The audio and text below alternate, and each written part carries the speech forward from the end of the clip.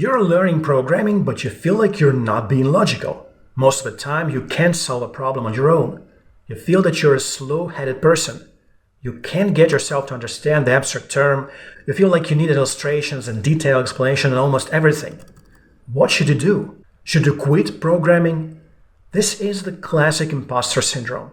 You're gonna experience it in different moments of your career and life. But the truth is, you don't suck. You just lack experience. Don't get caught up in the bullshit of becoming a software dev in 3, 6, or 9 months. It's not realistic for everybody. It's like saying, become a pro athlete in 3 months. Everybody has different bodies and backgrounds.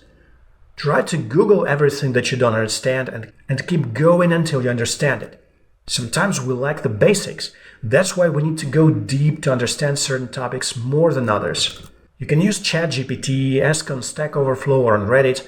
There's always going to be people to help you. You're not the only one living a similar situation. Do break problems down. Whenever programmers can't implement something or can't solve a problem, it's when we haven't actually thought out slowly, step by step, how we're going to do that exactly.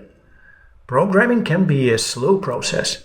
It's not uncommon to have a day with only 4 lines of code written, 3 of them wrong. It's okay, it happens. So back to trying to solve the problem via pseudocode first.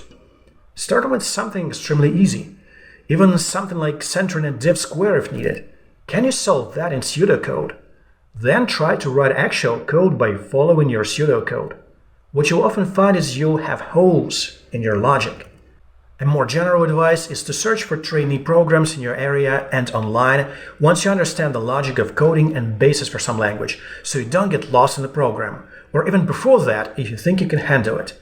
Don't be afraid of rejection. If you apply and get rejected, you're in the same position as not applying, but at least you have a point of comparison of what you need to learn in case you don't make it.